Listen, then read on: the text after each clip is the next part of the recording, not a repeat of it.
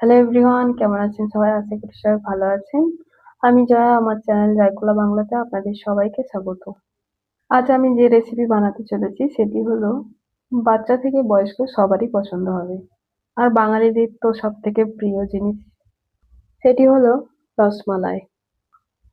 একবার আপনারাও বানিয়ে খাবেন, দেখবেন খুব টেস্টি হয়েছিল। সত্যি খুব টেস্টি, মানে না খেলে বুঝতে পারবেন না যে কত টেস্টি হয়। প্রথমে আমরা দুধ নিয়েছি 1 লিটার মতো। তার মধ্যে আমরা ভিনেগার দিয়ে কাটিয়ে নেব, ছানা কাটিয়ে নেব। ছানা কাটিয়ে নিয়েছি, এবার আমরা জল থেকে ছেঁকে তুলে নেব ছানাটাকে। তুলে নিয়েছি জল থেকে, এবারে আমরা ছানাটাকে ভালোভাবে মিক্স করে নেব। কিভাবে মিক্স করবেন দেখুন, এইভাবে হাতের তালু দিয়ে ভালোভাবে জেঁকে জেঁকে মিক্স করে নেবেন। তার মধ্যে আমি দিয়েছি চিনির গুঁড়ো।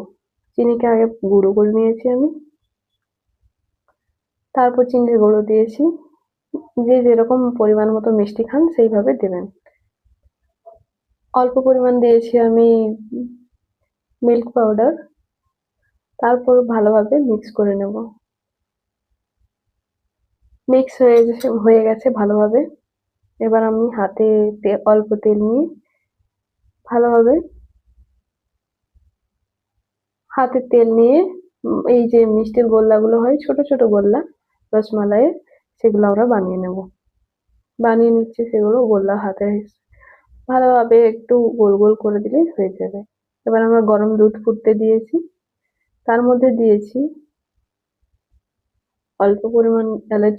এলাচ ছিল, সেগুলোকে থেতো করে দিয়েছি। চাইলে কেউ গুঁড়ো দিতে পারো এলাচের।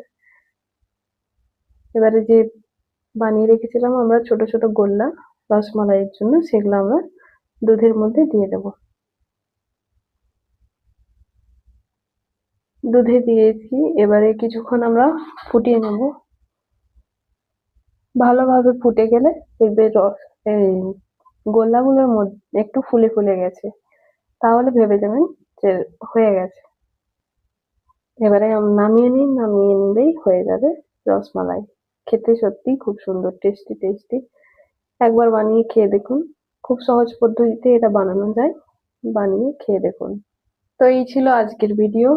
ভালো লাগলে একটি লাইক করুন, শেয়ার করুন, কমেন্ট করুন কেমন হয়েছে।